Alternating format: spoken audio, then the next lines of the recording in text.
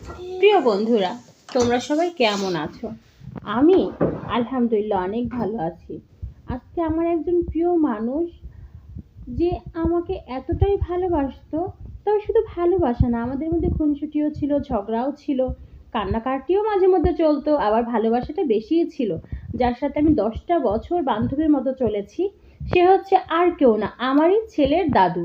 আমার জন্য দেখো গাছের কচি পেয়ারা পাঠাইছে। এটা তোমাদের কাছে অমূল্য হতে পারে, কিন্তু আমার কাছে না খুব মূল্যবান।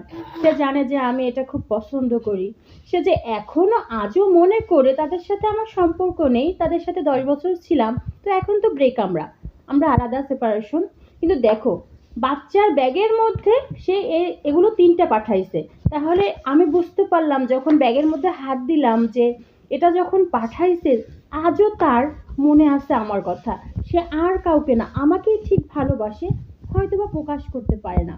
তো আমি মনে করি যে সবার শাশুড়ি যদি এমন হতো যে সম্পর্ক না থাকার পরও তার বউকে সে মনে করে মেয়ের মতো ভালোবাসতো।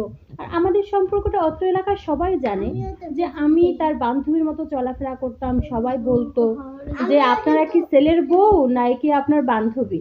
তো দেখো, সেই সম্পর্কটা কিন্তু ঠিকই সে বজায় রাখে এবং আমিও রাখি। তার ছেলের কথা কখনো মনে পড়ে না, কিন্তু আজ কিন্তু খুব তাকে আমি মিস করি। আমার খুব মন চায় তার হাতে রান্না খেতে, তার পাশে একটু ঘুমাতে। তো আমাদের এই সম্পর্কটা যেন সারা জীবন থাকে। তোমরা সবাই দোয়া করবে বন্ধুরা আমার শাশুড়ি মার জন্য। আর আমিও অনেক অনেক দোয়া করি সে যেন সবসময় ভালো থাকে, সুস্থ থাকে, তার মঙ্গল কামনা করি। সবাই ভালো থেকো, সুস্থ থেকো, এবং সবাই কমেন্টে জানাবে আমার শাশুড়ি মা কেমন, যে সে এখনো আজও আমার কথা মনে করে আমার জন্যই পাঠাইছে।